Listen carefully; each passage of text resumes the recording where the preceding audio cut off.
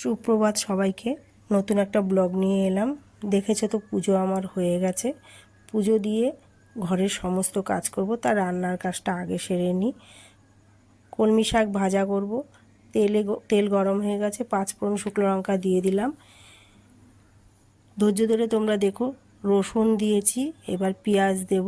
পেঁয়াজ ভেজে কলমি শাক ভাজা করব। তা তোমরা ধৈর্য ধরে দেখো, সাবস্ক্রাইব করো আর আমার পাশে থেকো, শেয়ার করো, কমেন্ট করো। শাক ভাজা হয়ে গেছে, ভাত বসিয়ে দিয়েছি। ভাত ফুটে গেলে পরে মাছের ঝোল করে নেব। হালকা পাতলা মাছের ঝোল করব।